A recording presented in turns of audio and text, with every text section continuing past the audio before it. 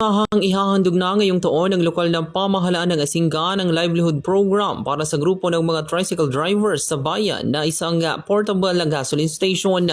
Ayon kay Mayor Carlos Lopez Jr. na ito ang kauna-unahan na gasoline station sa buong Pangasinan na hawakan ng grupo ng tricycle driver upang matulungan ang mga ito sa kanilang pang-araw-araw na pangailangan ng gasolina.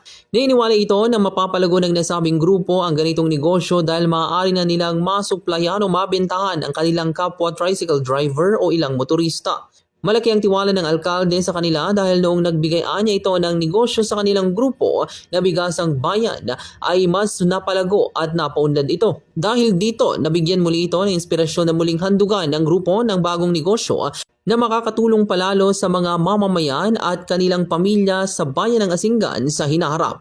This is the first ever na naman na portable gasoline pump station ang ibibigay po natin sa ating mga tricycle drivers. Sa kadahilanan po kasi nakikita ko na kung sila po mag-manage ng kanilang sariling negosyo, kagaya po ng binigay ko sa kanilang Bigasang Bayan, inapunlad po nila. Kaya nabigyan po ko ng inspirasyon na bakit bigyan natin ulit sila ng bagong pumping station na kung saan sila na mag-manage ng kanilang gasolina. Sa araw-araw na lalabas sila, lahat ng tricycle tatangkilik nito.